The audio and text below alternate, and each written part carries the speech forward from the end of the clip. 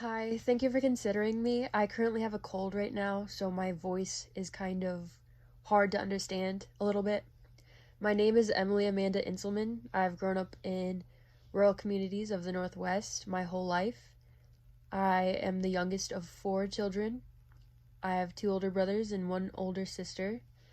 My parents had four kids in 4 years. That's pretty crazy if you ask me. My father raised my siblings and I as a single parent. I have the deepest respect for my dad. Raising four children in the terrible economy by himself deserves mad respect. But my dad also raised me to be a good person, and he raised me with enough love for two parents' worth. I come from a hardworking middle-class family whose income was at the lower end of the range. My dad, he worked strenuous long hours. After he got off work, we were usually in bed. Growing up in a lower income household was hard. Most of the time, my dad could barely afford to give us the necessities, and rarely extra amenities or privileges. If my racial difference didn't set me apart, my family's income did. I have attended many different schools throughout my primary education. Necessity required that my family moved where the jobs were. As I got older, transitioning into the new schools became easier. However, it never changed that the color of my skin was targeted in a negative way. I remember one Christmas when my dad had gotten into a car accident. I was young. I didn't realize how severe it was. Today, he continues to have permanent nerve damage and physical trauma. He was driving up the mountain to his job as a chef at a ski resort. The skier was heading down. The skier was driving way too fast for the road conditions. He rammed into my dad's vehicle. The police said that if my dad had not been there, the skier would have driven off the mountainside. That Christmas, my dad didn't have the luxury to buy presents once the medical bills and cost of buying a replacement vehicle were handled. I remember his shame and how it killed him not to be able to give to his family the way that he had worked so hard to do. That morning was like a scene from The Grinch, when the Grinch had stolen all of the presents, except we didn't sing. He made us breakfast, and it was delicious, because he's an amazing, talented chef. Honestly, having him home all day and relaxing at home was gift enough. Being a single father, Christmas was one of the only days he took off. Generally, my dad didn't have spending money for us to go on road trips or vacations, not even smaller things like bowling, going to the movies, or shopping. Even healthcare insurance was a luxurious commodity at times. But at the same time, I was taught many things by my dad's action.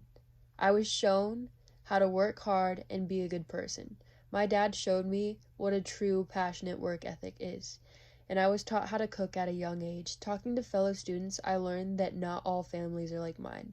I've been blessed getting the opportunity many children do not get because of my father's will. My father had to step up to the plate, being both parents because my mom's actions. My mom was a drug addict. I didn't know what kind of drugs, but they were hard, dangerous drugs. My dad got my siblings and I away from that negativity. My mother basically chose drugs over us, and those choices and drugs killed her slowly. The drugs completely took her away from us when I was 12. I aspire to be like my dad. He's 48, and to this day, he has never done any drugs. I have always placed my family and community over everything, including sleep. I am the first of my siblings to attend college. 2 years ago, I was going into agriculture, and a year ago, I wanted to be a nutritionalist. Agriculture will always be the most important industry in our economy and civilization. Without it, we're just hungry savages living in despair. Agriculture is our future. The advancement of it is absolutely necessary. In America, we have a huge problem with obesity and diabetes. Without a healthy body, our life isn't the best it could be, which brings me to my final choice. All of the nurses I've known are good, wholesome people. I want to help in a more complete and fulfilling way than the first two majors will allow. Growing up, I always wondered what the American dream truly was. No one could ever explain it to me in a way that satisfied me. I tried Googling it. That's basically a dead end. The American dream cannot be put into a box. It's too big. The American dream differs for everybody, but it has a few common denominators. You have to work hard to obtain the success you're trying to reach. My dad's American dream was to marry, have a few kids, become a doctor, and after raising kids, his dream changed. He wanted to open a restaurant and pass down his cooking knowledge to his kids, which he has done. He also wants to be able to have enough money to fish anywhere he wants every day. He's not at that part yet, but I have faith that he'll get there. My American dream is to graduate in the top 5 of my class, make sure that my nursing career is enjoyable and that I'm respected. I would like to adopt kids because they need someone to love and to love them. I hope to help someone in my community who got pregnant and found themselves at a place in their life unable to raise a child. A person who agrees that life deserves to be cherished and is a gift to the world. I want to raise my children bilingual and embrace their heritage or who they are in a way that I couldn't embrace my Latina heritage. I'm half Mexican, and the closest thing that I got to authenticity was my dad's cooking when he cooked Mexican food, or learning Spanish in high school, I also want to travel because I feel like if I allow my kids to open up their minds to see other people's ways of life in a way that I couldn't see growing up. Like, I moved a lot, but it's different than just traveling for fun, I guess. It's not as serious or as much to move. I feel like the earth is too great to not be soaked up, and a well-traveled citizen is more conscious of the people around them, and they're more informed overall. My American dream, just to reiterate, is to enjoy my nursing career, adopt kids, teach 2 languages, and travel as much as possible. I want to live a full life. I realize this might not all happen, but that's what happens when you're busy making plans.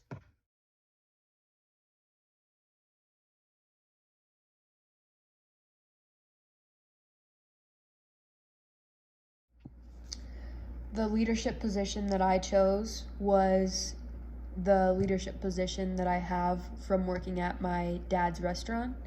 I manage the kitchen with 4 employees under my supervision and leadership. It is necessary to work as a team to be as efficient as possible. As a leader, I had to give the employees directions on what needs to be done in addition to performing my own job. From my perspective, we cook everything very efficiently and quickly. However, there are struggles with being in charge of a kitchen at such a young age. Older people automatically think that they know more about cooking and about life than I do. It takes a lot of patience to teach someone who is already has it in their mind that they know how to cook or they know how to run a kitchen better than you. I've always been seen as the owner's daughter, and that aspect is like a double-bladed sword. They either want to get like really friendly with me and get in the owner's good graces, or they always want to like undermine me because I don't know what I'm saying. How could I only have the position because my dad is the owner? Either way, I had to work my way up in the kitchen from the lowly salad station. That's like about the lowest you could go. The lowest you could start with, I guess. I've earned my place through working and learning how to cook as quickly and methodically as possible. I've been underestimated in a sense my whole life. That doesn't bother me. As soon as people see how capable I am, they want to work with me as a team, and I think that's the most important aspect because they see me as a valuable asset. I've learned that in a leadership role, you have to help wherever you can and work as a team. Technically, I'm higher ranking, but I don't really like the whole boss and subordinate relationship. So I just like to be a friend and listen, but also maintaining that line of where I need to step in and be like, hey, that's not how we do things. I can show you how we do this, or like like something like that. Like I either show them or verbally talk them through how to do it the right way. Before, I used to be afraid to hurt someone's feelings, and I would just let them run the kitchen into the ground. But now I lead in moderation, so I make sure that the people are happy but still productive. And I also will continue to learn to be a better leader because we're all a work in progress. And I also wanted to say that I've realized how particular I can be when it comes to the sense of this is how things need to be, and like plating, I'm really I'm pretty picky about plating because I don't know, I just like the first time you look at a meal, you eat with your eyes before you smell with your nose or before you eat with your mouth. So I feel like plating is the most important first initial aspect of how you think things are.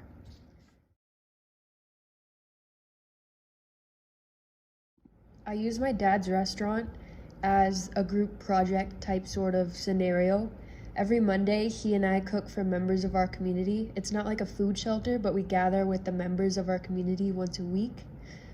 Not everyone has the luxury of being able to sit down and have a home-cooked meal with their family and their community.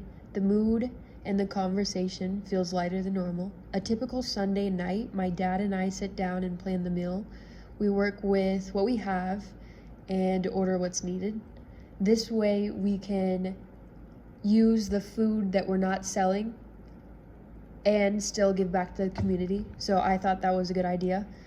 We used to do it with just a few of our friends and families, and then we had someone in our community. We didn't really know them that well, but they essentially came into our business a few times, and my dad got to know them a little bit. They have 2 beautiful sons. I love them to death.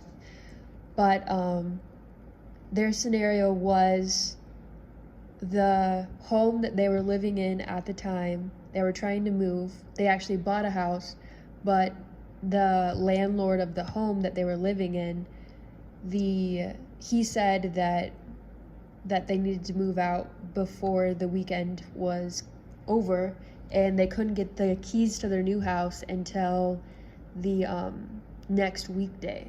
So that was how we got to know them, and my dad actually offered to let them stay upstairs, and that was kind of awkward for me because I don't know, they were like in the room right by me, and they were strangers, so I guess it would be awkward for anybody. But I asked my dad after everything was said and done why we did that, and he simply said because he wished that someone would do that for us one of the many times that we moved, and I thought that was really good, and I don't know, a nice thing to do. So that's how we started adding people from our community in, and now it's grown. We used to do it like every other week. They would cook and then we would cook, and just it would be at their house and our house and stuff like that. But now, because it's grown so bigger than anybody else's house could handle, we just have it in our restaurant and we do all the cooking. I think that's pretty cool to be able to be an impactful part of the community while still feeding and bringing people together, you know. I have learned that I can handle a lot, I guess. My days were pretty hectic when I had school and other responsibilities after school, like work, homework, and family night. Now that our ability to do business has dwindled because of the shutdown of non-essential businesses, our financial state has challenged, and we don't really have any real business coming in. Don't get me wrong, we're grateful for the customers that we do have, but we're still struggling. We have family nights still because we can't leave the community and our friends when times are tough. They probably need us just as much as we need them. Community means coming together, especially when times are tough, having similar ideals and having company among friends and family. I feel like we have built these relationships and turned them into a tight-knit community. We all have a closer relationship with each other and our community. I learned that food and good company can create a tradition. We've been doing this for a little over a year now. Sometimes you have to metaphorically water the grass before you can see it, like letting the strangers stay in our home. Now they're like my dad's best friends, and I love their kids to death. I would like to do a family night when I go to college. Many people feel homesick, and I feel like it'll make them feel welcome in their new community. And it also gives me an opportunity to branch out and make friends and maybe create a study group or just a safe place for college students to be. As I've mentioned before, I was raised knowing that I was meant to attend college. I wanted to better myself and have an opportunity to be a professional. The unknown remaining was where I was going to go to college. I didn't know about Eastern Oregon University until my sophomore year, but since my first tour, it's had my heart. The college is simply beautiful, the atmosphere is diverse, but it still feels like home. I have the ability to be close to home and just go home if I ever feel homesick just for the weekend, because obviously I'm not going to drop out. The community feels rural, but I still get a high quality education without having to attend a larger school with a higher tuition. Having smaller class sizes is beneficial as it increases the opportunity for one-on-one learning. When I complete my education, I want to get my degree in nursing. EOU is one of the 5 schools that works with OSHU, Oregon Health and Science University, has a branch in La Grande, which is the School of Nursing. I would be able to complete my 2 years of prerequisites at EOU and then go straight into the nursing program on the same campus. Throughout the state, 91% of students who take the NCLEX exam, they pass. The exam is like the lawyer's bar test, but for nurses. The OHSU program that they have at La Grande exceeds this, leading with an impressive 98% of students passing that exam. The education that EOU and OHSU can give me is unmatched. I also love that I will be able to be out in the outdoors with just a short drive. I feel like nature is too beautiful for it not to be able to be soaked up. People have told me in the past that now that I am going to college, when I get to college, I'll be able to relax a little bit, but I feel like that's the exact opposite, because I know that that I will work even harder because I'm just so close to the goal of nursing that it would be so dumb just to run at this pace my whole life and then kind of dismiss the fact that college is what I need in that sense.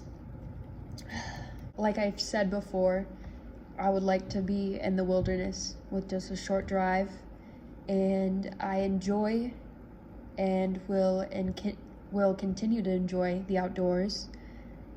I think that I like all of the outdoor things except for snowboarding and skiing. I tried it at a young age, but I have PTSD from my lack of coordination, but that's a story for another time. People tell me that when I finally get to my future that I will do great. So I think that EOU and OHSU, I think that me continuing to work hard in college is the most important thing, because even more important than how hard I was working in high school with high school and then college courses on top of that, and then 50 hours of working at my dad's restaurant a week. I feel like I have to work even harder because my future depends on how well I do in college and how much I retain, how much my brain continues to develop, my critical thinking abilities continue to develop, Honestly, I feel like the EOU nursing program was a match made in heaven.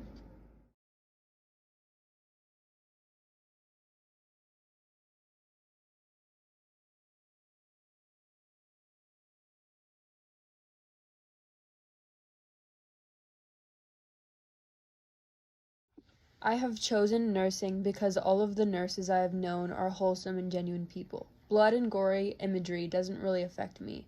I grew up in Montana, hunting and fishing, and getting hurt doing stupid things. I like helping people in any way that I can. Becoming a nurse allows me to do that in my everyday life. An advantage nursing has over many other professions is the opportunity of advancing or changing my specialty. People say go all the way and become a doctor. Why just stop at nursing? I believe nurses are more important than doctors. Doctors know more and have had more school, but nurses see patients more and deal more with bedside manner and collecting and identifying signs and symptoms that are causing the patient's discomfort. Doctors make the decisions based on what nurses observe and report. Without nurses, the whole hospital wouldn't run properly. I mostly enjoy school, but I don't want to be in school my whole life. I truly believe nursing is my dream career. I like to be organized, have goals, plans, and ideals. When my dad opened his restaurant, his partner had all of us sit down and create a 20-year plan, which included the 1 month, 1 year, 5 years, 10 years, 15 years. That sparked my ignition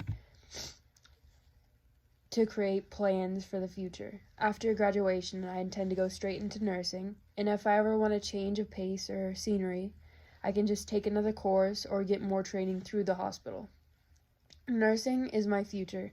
I will move back to my community and get a job at our local hospital. Thank you.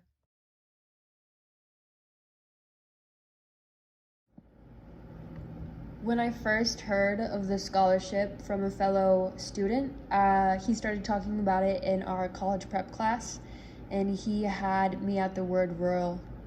I lived in rural communities my whole life. That's all I know. It's very easy to apply for something that you're genuinely passionate about. I love the essence of being in rural communities and the bond people living there share. I strongly believe in giving back to the community. I pay with like the pay it forward philosophy. The saying that says the grass is greener on the other side is wrong. The grass is greener where you water it. If I was awarded this scholarship, I feel like I would honor it positively by continuing to impact those in my community as I serve in my nursing career.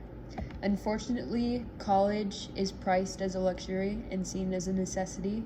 The scary statistic is that 69% of seniors graduating from a 4-year school have student loan debt.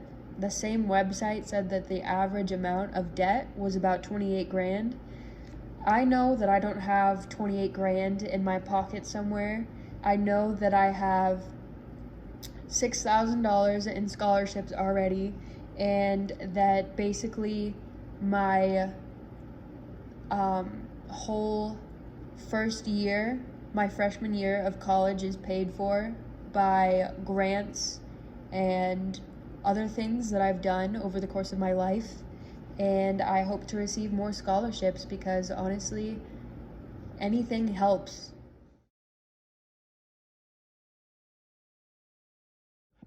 I believe that I should be one of the 4 recipients that gets this scholarship because I'm very disciplined, I'm a hard worker. I pride myself on my work ethic and how I always strive to do my best. I've been told that I'm the hardest, most passionate worker of anyone in my age group. If I were to receive this scholarship, I would do it honor by my hard work and with diligence. I work 50 hours a week at my family's restaurant while maintaining the high grades with my high school course load, but also math, writing, medical terminology, and 2 courses of collegiate level history throughout my junior and senior year. So plus side, I have like a trimester of my credits done. So that I don't have to worry about. I've already paid for those credits. They just have to be transferred over to EOU because I took them through TVCC.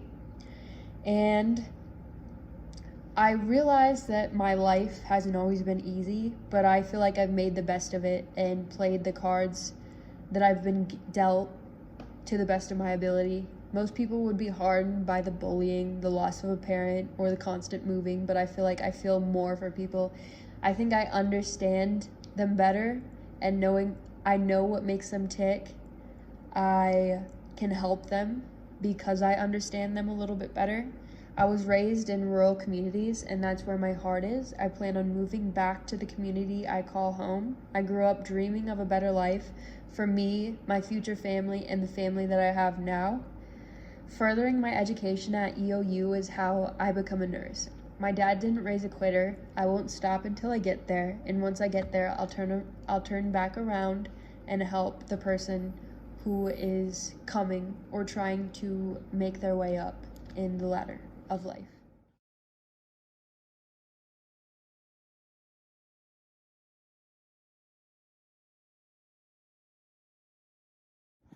So stepping away from my academic achievements, by the age of 17, I was running a restaurant full-time.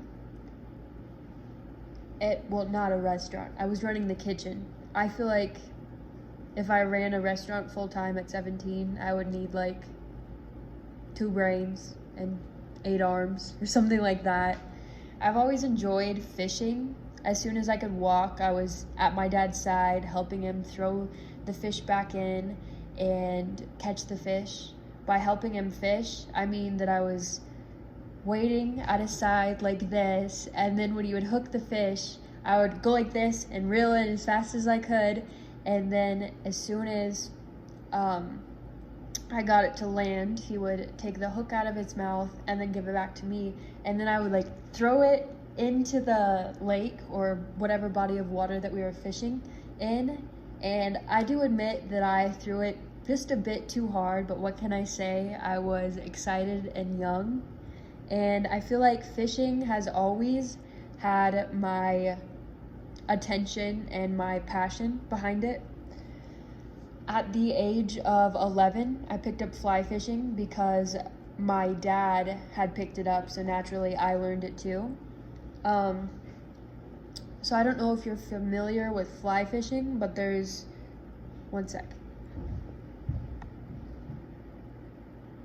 There are flies, like this. They look realistic, but they're made of materials and stuff like that. So so it was my choice and my dad's choice to start learning how to tie flies because it's the economical choice. And honestly, I love it. I really didn't like it at first because I just wasn't all that good, and my flies came out to be like this big when they were supposed to be like this big. So there's that. But as my passion for tying and losing flies grew, so did I. I am 18 years old right now, so I've been doing it for 7 years, and the economical reason behind tying flies was because I lose a lot of flies on my back cast, which is when the line goes all the way back. Sometimes it got snagged on something and I didn't know, and when I casted forward, it would just rip off or get stuck in the tree, and the tree would be too high, or the bushes. And sometimes, hopefully most of the time, I lost the hook on a fish's mouth when they're just too big or too strong to just break the line. And honestly, I probably lost a lot on the weeds in the bottom of the waterway because sometimes you just get snagged. I didn't like learning how to tie flies, but now I love it because my skill is up there, has grown a lot. I'm a hunter, meaning I carry around a gun in the woods, but I never actually kill any animal. If I absolutely had to, I would kill an animal, but when I hunt, my conscience tends to get the best of me, in a sense. Don't mistake my beliefs for weakness, because if I didn't have a choice, then I would choose, but I choose not to because I have a choice. I'm just a gentle person by nature, and I'm not saying that it's wrong to kill deer, elk, turkeys, bears, or any other prey, but I would just say that I personally don't like to hunt unknowing prey. I grew up mostly in Montana, and it's hard to find someone who doesn't hunt from there. I will always do the dirty work, like gutting, skinning, and butchering the meat, but it hurts my soul to know that if I was the one who killed it, I would be turning an animal into just meat. Like their soul would be gone, or whatever animals have. I don't really know what they have, but I believe it's something. I would rather see their beauty in nature, and I'm not saying that hunting is not okay, because it's a lifelong tradition and a rite of passage in most communities, but I feel pride in my family's hunting ability, even though I'm not the one killing. When we switched to fly fishing instead of bait fishing, I feel like in my own personal experience, fly fishing is more natural and humane. When we were bait fishing, the fish would like swallow the hook, and you had to like take a pair of pliers and release the hook from in their throat. And their throat and their gills are really close together, so when they bled, it would like bleed through their gills, and it would just make me really sad. And when they're bleeding like that, they could like puncture the air bubble that's in their body that helps them float. So that's when they go like upside down, and their survival rate just isn't as high as it would be for fly fishing, or as it is for fly fishing. So I also feel like it's best to catch and release, just because I personally like the catch and having them fight and just run and then reel them back in again. But I also think that if you like throw them back, then they're allowed to live a little bit longer, maybe just for the next cast until someone else gets them, or until the next season when the deep freeze hits and they still survive, because you gave them that opportunity to not be injured in the sense of swallowing the hook. I just think that it leaves more fish for everybody else, and I still get the thrill of catching. I think I go against the norm and throw the fish back, but it might be my character flaw, but I think it's my strength.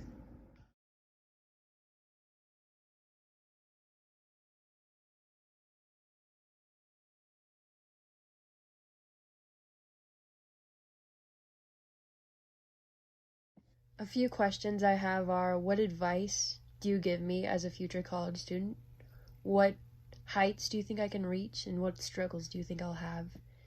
What type of internship is required for this part of this scholarship, like that aspect? I'm excited to do an internship, but I've never done one before, but change is good, so we'll see. Even if I don't get the scholarship, I would like to thank you for giving me the opportunity, because this has been a wonderful adventure. Thank you.